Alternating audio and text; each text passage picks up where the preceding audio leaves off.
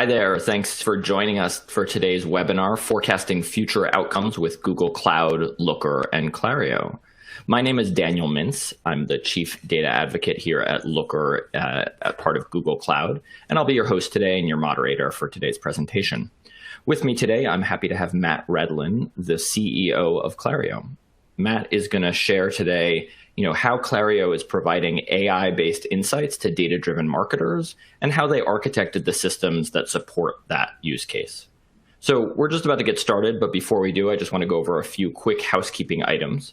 First off, Matt's going to present, and I'm going to sort of ask some questions as they come up, and then I'm sure, have a bunch of questions on Matt's very interesting presentation when he's done, but we will have time for questions from the audience at the end. So if at any point you have a question, you can just ask that question by typing in the Q&A box, and we'll do our best to get all those questions answered at the end of the presentation. You should also know the presentation is being recorded, and we'll send out the recording after it's over. The windows that you see on your screen are all customizable, so you can minimize them, maximize them, move them around however you need to. If you accidentally minimize or close a window for any reason, don't worry, you can just click the toolbar menu on the bottom of your screen and bring it back up. Just to go over the agenda for today's presentation, I'm welcoming you right now and giving some introductions. Matt's going to talk about what Clario is, who they are, and what they do. He's going to talk about the glue that is holding their system all together, I hope very strong glue. And then we're going to go into sort of a more informal question and answer, both with questions from me and questions from the audience. And before I hand it over to Matt, I just want to say that I'm really excited about today's presentation, particularly because Matt's going to be talking about two things that I'm really passionate about and that I think really point the way towards the future of data and analytics. One of which is AI and machine learning, and so there's obviously a lot of buzz around them, and some of it overblown, but some of it very real. And the gains that companies can see from finding great places to deploy machine learning and learn from it are really incredible. And so I'm excited to hear about the way that Clario is using AI and ML in their workflows. The other thing that Matt's going to talk about that I'm really excited is what is sometimes referred to as embedded analytics, which is just a way of saying that rather than having to go to a business intelligence tool or a data tool to look at a dashboard or find out find the report that you're looking for, it's instead about embedding those insights into other tools. And whether that's a tool that you're then giving to your partners or suppliers or customers, or a tool even that you're using internally where the analytics are baked right into other tools, I think embedded analytics and really bringing the data to the people rather than making the people come to the data is really the future of analytics, because analytics and sort of data-informed decision-making is such a powerful, valuable tool. But too often the hurdles for adoption get in people's way. They don't have time to learn a new tool. Data is not really their job. They're like, well, yeah, I have to make a decision, and if you can give me access to data that will help me make that decision better, awesome, I'm in, show it to me. But if the barrier to getting that data is, a 2-day training or even a few hour training, they're like, well, I don't really know if this is going to provide value. So, forget it. I'm just going to use my gut. That's been serving me well. And so I'm just going to do that rather than making a data-informed decision. And so I think this idea of embedding analytics in the tools that people are already using, whether that's Slack or Teams or chat or Salesforce or Google Analytics or or ad management, whatever it is, I think that's really the future. And so I'm excited to hear Matt talk about what Clario is doing in that space. So without further ado, I'm going to Matt, who's going to start by telling you what Clario is and walk you through their use case. Take it away, Matt. Thanks very much, Daniel. I appreciate the opportunity to talk with you today. I've been looking forward to this because your reputation precedes you as an enthusiast in this space. So that was exciting. The best way to describe sort of the mission, what we're passionate about at Clario, I think is really in the lens of customer-centric marketing optimization. We started off with a D2C passion. So basically working with retailers who were selling directly to consumers, who had large databases of consumer behavior, and really spent our first few years as an analytic consultancy, helping companies take advantage of that data and leverage analytics to make better decisions, increase the efficiency of their marketing. But I think over time, one of the things we struggled a lot with was our clients were having trouble, and the prospects that we were talking to, they were having trouble keeping up with the pace of change in technology. So organizations, it's sort of you don't want to say monolithic, right? But there's organizational momentum in companies that in a lot of cases prevents them from quickly adopting technologies that are emerging. And so we as outsiders were not burdened, as a vendor to these companies, we weren't burdened by the same organizational momentum they were, but we were able to go in very quickly and leverage these emerging technologies to give them the advantages that the underlying data and emerging analytic techniques could allow them to deploy for efficiency. The challenge, I think, in that case as well is that, and we'll probably talk about this later, Daniel, is that not all of these changes are technical. Some of the changes are cultural, organizational, they have to do with attitudes and perspectives, not merely the best and most efficient technical decision for how things should be done. And so that is something that requires a partner, someone who can actually do some of the hand-holding, you might say, through the process of change and the education that's required to adopt these. So the model we ended up with, and it's sort of, summarizing the high-level story and value, is that we would be the curators of the latest technical database technologies, the ML AI technologies, really laser focused on that core marketing efficiency and customer-centric analytic value proposition, bringing those technologies together and to bear for the client, and trying to give the companies who didn't have the organizational scale and resources to go up against the giants in the space, particularly our heritage is in retail. So you're thinking about companies like Amazon, who have, for all intents and purposes, infinite access to technical and capital resources. And I would also throw in there that they also have, from day one, they are imbued with sort of a culture of experimentation. And so that sort of leads into the first, let's say, component of what we believe is a client's path to peak marketing. And it's kind of funny, most people, when I present this particular slide to them, they're like, okay, great, 5th grade, 4th grade, 3rd grade maybe, because they're looking at the scientific method, right? I've got a question, I'm going to develop a hypothesis, I'm going to create an experiment for that, I'm going to analyze, I'm going to draw conclusions, and then I'm going to automate that, and that becomes part of the foundation for the next iteration, right? Now that's your baseline process. But it's not particularly earth-shattering of an observation, I guess. But to me, this is still the most important process that any of our clients can implement, or even outside of our clients, any marketing organization in particular can implement, is a very robust institutional process of following the scientific method. There's a reason that it's survived for 200 years. That's exactly right. Yeah, and we see a lot of organizations that want to skip steps. Right? You have a hypothesis. I'm going to go right straight to conclusions, or I'm going to do a poorly designed experiment and then want to draw conclusions and automate that. And the worst case scenario would be someone who says to us, "Can you just automate the solution?" without even going through any of the first 5 parts of this. One of our VP of engineering, Chris, jokingly calls that the Staples easy button, right? The people that want the big red button that they just hammer and it solves the problems of the world.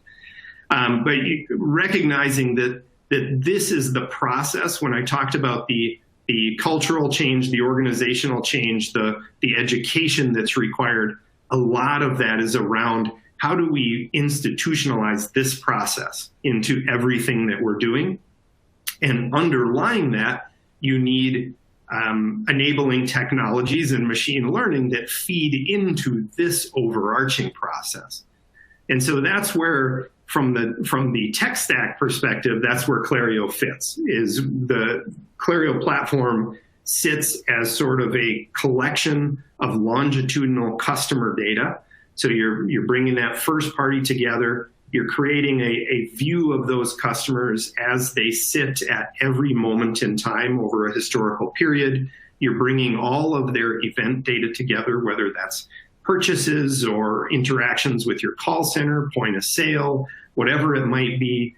You're bringing in marketing attribution, so you understand those event touch points with the consumer and how they contribute to and influence desirable behaviors. But really at the middle of this then is customer lifetime value. So we focus mostly on businesses that have a repeat purchase cycle. So sort of something where it's not like as much like a car or something where there's a 5 to 7 year sales cycle, let's say, but something more likely to be 1 to 2 to n number of purchases during a given period of time. You can also substitute the word purchases with engagement, because a lot of subscription businesses are oriented towards repeat engagement. This is why Netflix emails me on a regular basis and says, hey, what are you going to watch next, right? There's no incremental revenue for them in me watching another show, but they know that engagement equals customer lifetime value for them and repeat subscriptions. So anything that is a repeat-based first-party behavior, you want to capture and analyze that because of its impact on customer lifetime value. So we sort of sit between all of those transactional systems and the web, the POS, the app that client has, and the execution systems, which are actually deploying the marketing programs for the client. And on top of that, then deliver the value story that we talk about as far as the machine learning, the AI, so the CLV analysis, the modeled multi-touch attribution, the predictive models associated with customer and audience creation, and then the automation of those audiences into ad platforms. So, and you're nodding, Daniel, conceptually, this makes sense, right? Where we sit in the stack here. Yep, absolutely. Okay. Yeah, I mean, it sounds like you're solving a specialized problem, but one that is by a lot of different types of, retailers specifically, but, I think a lot of different types of businesses want to understand, what is this customer's lifetime value? Because that's going to drive a lot of decision-making about how much it's worth to go try to acquire that customer. It's going to drive decision-making around, how can we increase customer lifetime value? What is worth doing to increase customer lifetime value? What are the things that feed into higher customer lifetime value? What are the predictors of that? All of that. So it's a problem space that I think, as you're saying, lends itself well to a specialist coming in, but there's a broad market applicability. Absolutely. It's a recurring revenue, right? Any case that you want to look at that. Yeah. And you're going to spend money on marketing to drive that recurring revenue. That is the place where we generally try to focus. And so it sort of brings us to, a little bit of a salesy slide, but why do I feel Clario is different, right? Other people that have different opinions on this, but your point on focus, right? A niche provider. This is the one thing I would say. It's a big thing, but it's the one thing in the world that we feel we can do better than anyone else. And to me, that's the heart of why a business exists, because you can deliver something better than anybody else in that particular space. So we are laser focused on that one stack that I just showed you and delivering that value proposition associated with maximizing marketing efficiency and understanding those high value and high risk behaviors your consumer engages in. Unbiased is an interesting one nowadays. There are a lot of organizations that we worked with prior to launching our platform that you have this offered as an ancillary service. So you provide service A, and this is also a thing you do, except that there is inherent risk because the thing you do as your primary service is benefited by the answer that comes out of the system. And so we really wanted to remain independent or agnostic of any of those outside influences. So we generally say that the only solution that we have a bias towards is the one that works better for you. So whatever is going to result in greatest gain from marketing efficiency. A very specialized team, right? So expert in deep domain expertise. I'm sure you see this sometimes too, but it's always interesting to me when I talk, and this took a number of years for me to figure out, like personally, but I would talk to people and things would be so obvious to me that I was not able to clearly communicate to them the message that I was trying to get across because, well, that makes sense. It's just intuitive that would be the way it was. What I didn't ever really grasp is that part of that is a byproduct of me spending 18 hours a day with a part of my brain thinking about this one problem. And I know more now that that's not uncommon for people who specialize deeply in an area.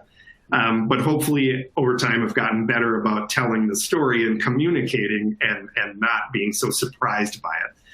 But that deep expertise in that one area is something that a lot of our clients don't have the resources internal to develop. They can't invest that amount of energy in one deeply specialized area. And to the point I made earlier around partnership, it can't be, in our opinion, something that is just turnkey. That you say, when you think about the scientific method and the implications for organizational or institutional change or process refinement that's required, it isn't just a, hey, go, try my freemium software and then subscribe and we'll reach out to you quarterly for a touch base. It's not that kind of solution. So it really requires people who can bridge that technical and business user expertise as far as how they partner with the client. And that brings us sort of to what you led in the beginning with. I'll bring up my VP of engineering, Chris, again. He talks about the old days he used to write computer code, and now he writes glue code. He used to program, and now he glues services together. And so this is kind of the world that we find ourselves in, where with IaaS and PaaS and all of the different service-based technology offerings, you really become, hey, I don't need to create things from scratch as often anymore. Now what I can do is I can assess all of the capabilities that are out there on these giant platforms with amazing reliability and capability, and I can glue or stitch those together. And what really matters for us is the deep domain expertise. How does you name the vertical, right, the industry, how do they, and that niche specialty you spoke of, Daniel, a minute ago, how do you bring to bear all the power of the cloud against that particular domain in a way that adds tremendous value? And it doesn't mean that you don't have pride in the software and creating that and all of that, but you don't have to be the one who builds those things, those foundational layers anymore. And that's a very neat place to be when DevOps and the infrastructure is now code, and the capabilities are now code. And those things are really bringing together best-of-breed services to create a great experience for the end user who isn't, that can be invisible to them. Yeah, and I think glue, I think, is right, but also runs the risk almost of underselling, because I think the given the Lego boxes that we now all have access to that have 8,000 different parts that we can combine in infinite ways, and many of those parts are themselves very complicated and they've already solved a very complex problem, but combining them in new and exciting and useful ways is still really powerful. That is that's the magic, as you said, right? Because the reality is, for most businesses, they don't want to go and have to fish around in the box of Legos and find, oh, all right, I guess I could fit that. That's not what they're trying to spend their time doing. They're trying to spend their time solving a business problem. Right. And so if someone comes to them and says, hey, we're experts in building this particular kind of Lego structure. We've done it a million times. In fact, we've got it pre-built 80 or 90% of the way there. We know the last 10% is going to be custom to your particular needs, but it's already mostly done, so we can sell it for cheaper, we can deploy it faster, and we can do that using all these pre-built components. And as a result, we're going to be able to solve your business problem better, faster, cheaper. Right. That's insanely valuable. That's a business, right? And so I think, I don't think I don't want to undersell, what the value that a nicely glued together Lego structure, not that you glue Lego structures, but we'll just go with it, provides, because I think that's the win. Yeah, that's right. And so the next couple of slides go a little more techy, than kind of, but we started with. But I think it's important to understand some of the decision making around how you bring this best of breed solutions together to solve the vertical problem for a given domain. When we were, one of the things you think about vertical integration too, a provider. When we first got started, we piggybacked on our client's web analytics solution entirely. So if it was GA360 or it was Adobe, we would rely on their implementation of that. And that works great until it doesn't, until you have an implementation that has become stagnant, or that there is not, that does not collect all of the events that you need to feed into the solution in order to create a robust estimate of value for a customer, let's say. And so we analyzed the marketplace, a very sort of technical deep dive, and selected Snowplow Analytics, which is an event collection framework. So Clario ended up standing up this event collection framework for all of our clients. So when we deploy pixels on their website, or we're putting ad trackers in with their ad partners, or you're embedding the SDK in their app in order to get app-based behaviors, all of these things come through a common conduit. This all runs natively in Google Cloud, which is wonderful for us, that it's sort of a managed infrastructure we don't have to deal with. And where we can have a very specific knowledge is in what event do we want to capture for the client? What behavior is it? Is it a customer forum, like a feedback partner who's giving them voice of customer? Is it somebody who's tracking foot traffic? Whatever that is, this vendor landscape that we can plug into through this collection framework, and then bring it quickly to the customer so that they can understand, when a customer does X, how does that impact the trajectory of their customer lifetime value? So what is that event? The more events that you can associate it with that customer's pathing, the better understanding you have of causality, right? What things do they engage in that change that trajectory? And so I really bring up this one as to say, this is something that for us, part of that deep technical specialty, but solving a problem, as you said, looking out into the world and saying, hey, I'm going to glue this thing together. I could bore someone to tears with how much standing on the shoulders of greatness there is related to this tech stack, right? But the real thing that the customer cares about at the end of the day is what we want to be focused on, is how do we catch very reliably the events that occur, stitch those into the customer pathing, and then help them understand how to capture and influence the outcomes of those customers' experiences. The second one is, once you're collecting a lot of those events, you also have organizations that have very disparate data, right? So they have offline data, they have data that is in third-party ad platforms, they have all sorts of APIs into partners. And so we elected to use a technology that's also available in the Google Cloud Marketplace called Matillion. Matillion is, they talk about ELT, so extract, load, and transform, a little play on ETL from the old school days.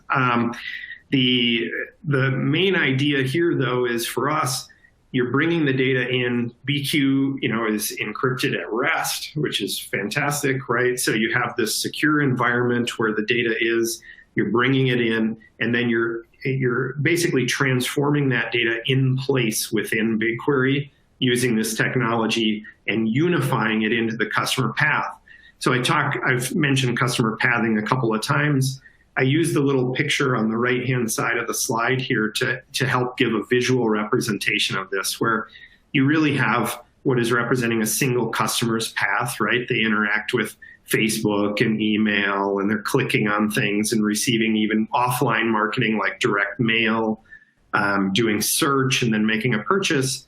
But what our goal is to create a set of characteristics that describe that customer at any moment in time. And so I use the analogy of like a playhead. When you've edited audio or video before and you kind of scrub ahead or behind in that process, we want to be able to scrub through time and basically recreate that customer's set of characteristics, those unique characteristics that describe them at any moment in time. Why is that important? It's super important because as I scrub forward and backward in time, remember the events we were talking about, right? The things that might change their trajectory of customer lifetime value. I want to be able to move just before that behavior or event and just after that and analyze those characteristics and see what the influence was on the outcome for them. And so creating this data structure enabled us to then bring in some of the machine learning techniques. Once the data is configured this way, then you can more easily apply machine learning AI methodologies because you've essentially created a giant labeled data set, right, for purposes of machine learning. So any thoughts on that before I skip on to the ML one, Daniel? I just didn't want to roll over. No, let's keep going, and then we can come back. So for inspiration, people that are attending, I wanted to talk about two core areas of machine learning in the Clario platform. One is customer lifetime value, and one is attribution. And Clario has used different methodologies, and we still use a collection of different methodologies. But there are two libraries you see here. We do a lot of analysis in Google Collaboratory, which for people who are on the webinar and don't know, this is a great sort of Python notebook environment where the execution is sort of handled for you, standing up the environment that's going to process the Python code. These are fantastic for doing things which are not yet, let's say, not yet available as managed services in one of your cloud providers of choice. So if you don't have just a pre-canned solution for, let's say, survival analysis in machine learning or stats, you bring it to the world of Python and Collaboratory, and that gives you a very dynamic infrastructure for running those types of analyses.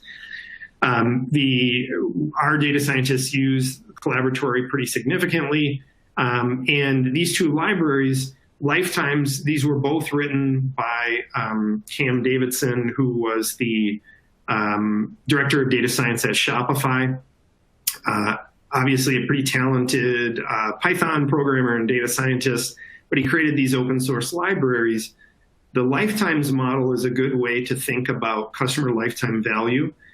This works on, sort of builds on and implements the foundations that were created by Professor Fader at Wharton, and thinking about, and it kind of mirrors an R implementation that's called Buy Till You Die, which is sort of dark, but really reflects the nature of what you're trying to predict in customer lifetime value is what is the entirety of the future value of this relationship I'm going to have with this customer.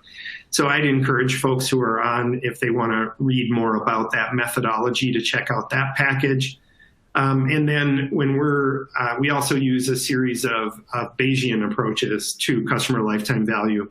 So when you're predicting for a cohort, for example, for a whole group of customers, you might use a Bayesian methodology, and we do that as well. But this is a good place to get started if you're inspired. And the other package is called Lifelines, and Lifelines is an implementation of survival analysis. So I used to work at United Health Group and worked, which is a big health insurance company. And one of the areas I worked in was economic and outcomes research. And we used longitudinal claims data, so healthcare claims data, to understand the efficacy of drugs that were newly approved by the FDA. In that case, survival analysis, per its name, is actually more true, right? You're trying to determine the probability of a positive or negative health outcome. In our case, though, it turns out that these time-to-event models like survival are really good at giving you weights for each of the marketing and non-marketing events that occur in a customer's path to purchase to help you determine the relative influence of each of those on the probability of someone making the purchase. And so we elected to use proportional hazards model, a subset of survival analysis, in order to build our modeled MTA. But we also now give customers a window back into what they were doing before by presenting other attribution lenses so they can see it. Attribution is an artful approach to measuring the impact of any individual marketing touchpoint. There are still gaps associated with data collection, things that you don't see customers doing, and there are also I'm a fan of multiple views. So looking at multiple views and understanding, hey, these are views that are strong in this particular aspect. You know, the media mix modeling approach for upper funnel activity versus the more MTA for lower funnel and mid funnel activity, and kind of blending those all together to give you the best possible approximation of value. But the Lifelines model is something folks could look at to understand more about the true plumbing of how a model like that works when it's applied in order to estimate the value of each of those touch points. And then the last step, we wouldn't be doing our jobs if we didn't try to elevate the interaction that, I talked earlier about the struggle with thinking so deeply about something all day and being so technically oriented that you have trouble communicating with people who are from different domains or thinking about other bigger business problems every day. The one way that manifests itself for a software developer today, in my opinion, is through the user experience, through the application itself. How do you provide an interface to the end user that allows them to digest and interpret and take action in a way that's relevant to them? And so the last step for us is to really focus on that UX, to focus on creating experiences that are, I would be the first to acknowledge they are not for everyone, meaning it is a specialized application for a very complicated problem. But the idea is to abstract away as much of that complexity as possible, give them a way to quickly run queries to understand, and these queries are then executing against BigQuery in the background, right? They're very fast, very scalable, summarizing the results in a digestible way allowing them to leverage some of the new capabilities of BigQuery ML.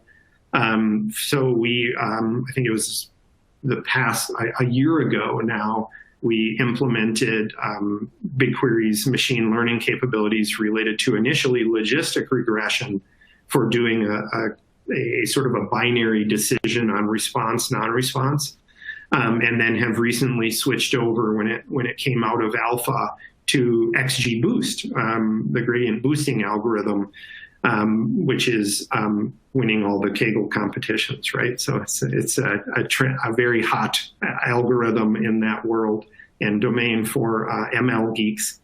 But bringing that in so that they can run a query, understand that value-changing behavior, build an audience based on the models, the predictions of their likelihood, the customer's likelihood to engage in this, keep the audience size smaller so that you're not casting into these ad platforms the broadest possible net, where you're going to be showing ads to a lot of low probability people, but focusing in on those people who are higher probability, and then easily creating and updating and keeping refreshed from an automation perspective those audiences in the ad platform. So the other part that I would say related to the user experience is these screenshots that I have up. The visualizations you see in these are done by Clario UX engineering, right? So these are things that they have to sort of create and bring in. So Clario over time has built this very rich underlying data asset that we do a lot of these things on for our clients. And very often in the role of a partner, they'll ask us, hey, you have all this data, can you show it to us this way? It's not practical for us as a partner to go and say, yeah, let's go whip up a new user interface to show every customer who has a request. And so that's what led us to the exploration of Looker, and ultimately the selection of Looker. We had looked at a variety of tools and had actually, we can fully disclose on this conversation, right? This is an open conversation, Daniel. There's no... Absolutely. Okay. So we had actually looked at Looker originally, and we're like, well, I don't know if the cost justifies the use case for our end users. So we had elected Metabase originally, which was an open source solution. And it was a little painful for everyone involved on the engineering team to implement, and limited, but fine for the basic, showing tabular data. It was fine for that initially. But as we went through time, we really got to the point where the limitations of that system got us to the point where we said we're actually more kind of constrained in what we can present to the end user than we are getting the value from or saving, let's say, the cost associated with going with a commercial solution. And so free can seem very enticing, but engineers aren't cheap, and engineering time isn't cheap. And so if you're filling gaps with engineers, that can be a very, very expensive free solution. That's right. And it's a trade-off that you can make for a period of time. So the initial decision, I would say, to go with Looker was very much like, okay, we knew that the world we were in meant that we wanted to go, as you said in the opening, with an embedded solution. So something that we could embed right in the customer's experience in a seamless way within Clario, but also give them the power of all of the built-in visualizations and the ability to self-service, the things that we were much more limited in the free solution prior to Looker. And we very rapidly, like anything, once you get started with it, I think our enthusiasm associated with the choice has only elevated since we actually made the decision. It's like initially, before you make it, you think you understand the calculus for why you're making this decision, and you do it the best you can. But as time goes on, you have you start to realize there are things that I hadn't even considered as possible enhancements to the user experience, like we are exploring the use of the API to go against the Looker infrastructure and pull in the results of queries programmatically to existing visualizations and existing graphics. So things that we hadn't considered originally, the ability to, Adam, who we love and has been helping us with the implementation since we got started, he had ideas for things that we hadn't considered. For example, putting in hooks that allow us to have customers click on elements of visualizations and produce Clario audiences from the elements of those visualizations through custom development on the top of that. So allowing them to go from visual and interactive to actually actionable in a customer audience that I can now go and activate within the ad platform. So now I know I'm not just here to talk up Looker, but I'm enthusiastic. No, it's fine. I'm enthusiastic about it, particularly at this point in time, because, like I said, the original calculus was X, and we are finding that this is definitely, X plus or X to the N. We're finding the use cases and the advantages of making the selection that much more valuable for our customers. And then the last piece of it, I did touch on this a little bit, but the self-service component, and this is not something we exposed at all in the Metabase world from a self-service perspective. But in the Looker embedded universe, we are now preparing to roll out for our first clients the ability to actually give them a complete structured data environment where they can actually build and visualize their own queries embedded within Clario. And that brings on all the benefits that are described here. The things that you think about at an enterprise level related to consistency of how measures are defined, and giving people a single view of a report that has a common number no matter how I slice or dice it. The last point on here was we didn't really know how long it would take us to transition from the embedded Metabase solution to the embedded Looker solution. And it was really 6 weeks that we were able to transition over all existing reports. And from then on, it became value add. So the baseline was recreated in 6 weeks. And then now, since that period of time, it's largely been oriented towards improvements that are primarily driven by data engineering, not software engineering, which is a huge shift, and where you want the expertise to be deployed as a developer, a person that leads a development organization. So that's the essence of the story, Daniel, from Clario. I hope that was helpful in giving you an overview of our journey, at least, and what we offer in the market. Yeah, no, that was fascinating stuff. And I do think, as you talked about, the sort of specific area of business problem that you're trying to solve is one that is almost universal. I think, trying to better target marketing, at least, is a universal problem. It's one that has significant financial implications because, marketing is a big program expense. And so, hearing about what Clario is doing to sort of specifically solve it, and, how you're thinking about data and using data both to drive sort of more programmatic AI, ML stuff, but also then how to present that data back to people in a way that is actionable, I think is really fascinating. So just a reminder to the audience, if you have questions, feel free to just drop them in the Q&A. I've already got one that from the audience that I wanted to pose to you, which is just, can you please speak to how you productionize machine learning models, and that start in as things that you're experimenting with and then eventually go to production?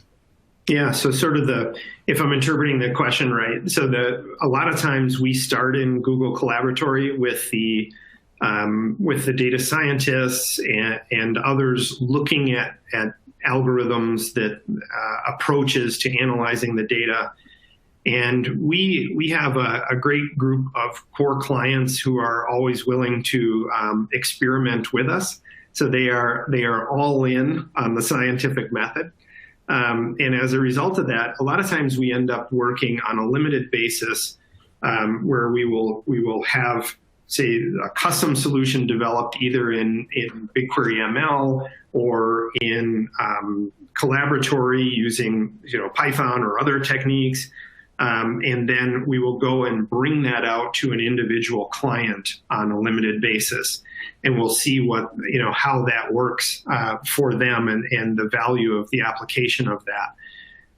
The other part of that too is how do you know if it works, right? So one of the things that we are very much advocates for is that we focus very much on measurement, on post-analysis. So you look at that scientific method, you think about executing your experiment. Well, when you're productionizing a new machine learning algorithm, that's an experiment, right? So you're going to have to set up the experiment associated with a control and a test, and then you're going to have to post-analyze. And in our world, there are a lot of ways to analyze the performance of marketing. We always believe that the best and sort of the gold standard of that is, did the consumer's behavior change? So did it could be, did you see more traffic from this, region, or did you see, there's a lot of ways that you try to go around limitations in systems and availability of data. And you don't always know perfectly for a customer. So I understand why those are used. But looking at the customer behavior under the influence of an audience that's created by, say, a new ML methodology versus another methodology, and seeing whether those result in changes in core KPIs. So did the customer buy more frequently? Did they spend more? Was it higher margin? Did they respond at a greater rate? All of those things are analyzed. Did they retain longer, right? Were they actually alive for you for a longer period of time?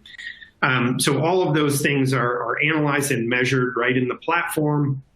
And then if we decide that something is better, we will go out to customers and say, hey, we're going to be switching over to this new methodology. What are you comfortable with that transition? As we're getting a bigger install base, I will say there is some difficulty to that, meaning that that people are like, oh no, we kind of like the way that things are working. And status quo bias. Yeah, right. So we're trying to overcome that wherever possible. And sometimes behind the scenes, we'll do things better for them, whether they recognize it or not. But if they have a strong position on it, we will work directly with them and then roll it out operationally through the software engineering and data science and data engineering teams. Got it.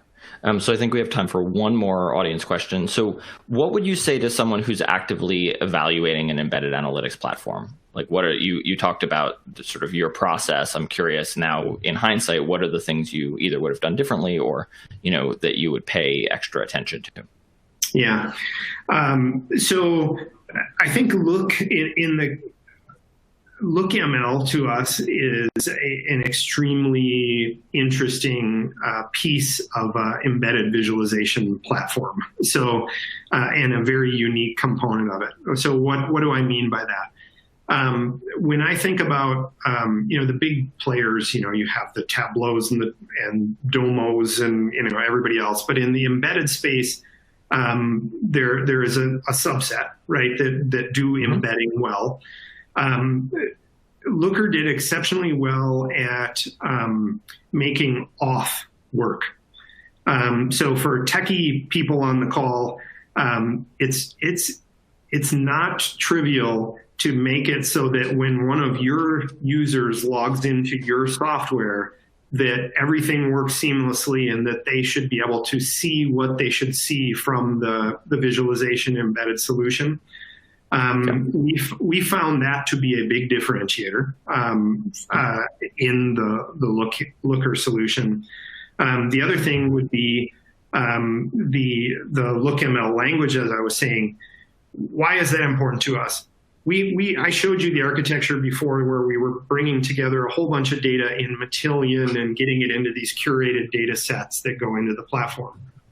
But when a customer comes to you and says, I want to see could you show me a report or give me an environment where I can explore data that spins it a different way than what you have preconceived as the structure of the data that you want to present to them in your software.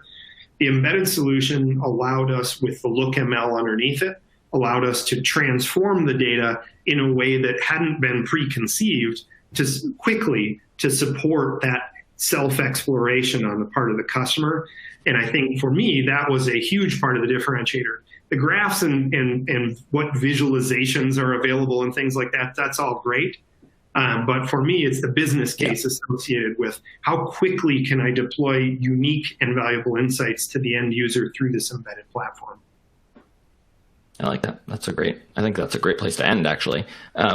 So thank you, Matt. That was fascinating. I learned a lot. I'm sure our audience did as well. Just to remind folks, if you missed any of this, you will be getting an email with a link to the recording. And if you want more resources, there's a slide up with all of the places that you can find those. And obviously, if you want to learn more about Clario, you can do that by going to their website, which I assume is clario.com. It's Clario, CLAR.io. Oh, well, there we go. Clario.io. See, I'm glad I asked. Or you could use Google, which I suspect could find them as well. Right. But I just want to thank Matt again for joining me today, and wish everybody a good afternoon or morning or evening, wherever you may be. Thanks, Daniel. Appreciate it. Thanks, Matt.